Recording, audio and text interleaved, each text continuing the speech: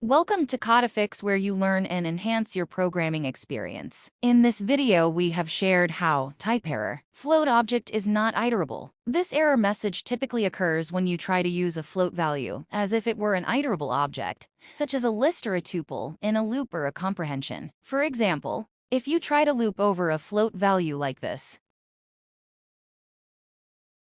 when you run this code, you will find this kind of error.